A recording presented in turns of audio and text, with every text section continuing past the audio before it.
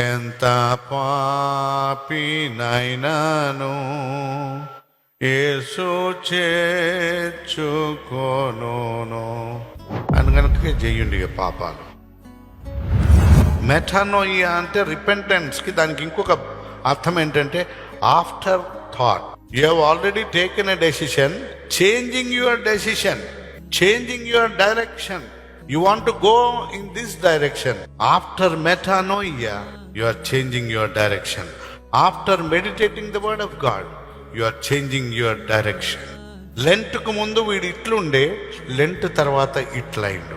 లెంట్కు ముందు ఈమె ఇట్లా మాట్లాడుతుండే, లెంట్ తర్వాత ఇట్లా మాట్లాడుతుంది. మారు మనస్సు కలిగి ఉండడం అంటే after you are changing your direction. ఎంత పాపినైనాను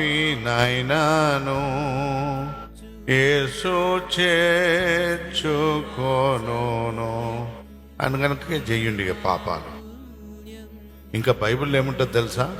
పాపము ఎక్కడ ఎంత విస్తరించి ఉందో అక్కడ ఆయన కృప అంత విస్తరించి. కనుక పాపం ఎంత చేస్తే దేవుని కృప అట్లా ఉంటుంది. రోగులకే కానీ ఆరోగ్యం గల వారికి వైద్యుడు అక్కడ కనుక పాపులనే పిలువవస్తుంది. కనుక మన కొరకే వచ్చిండు కనుక పాపం చేయొచ్చాడు.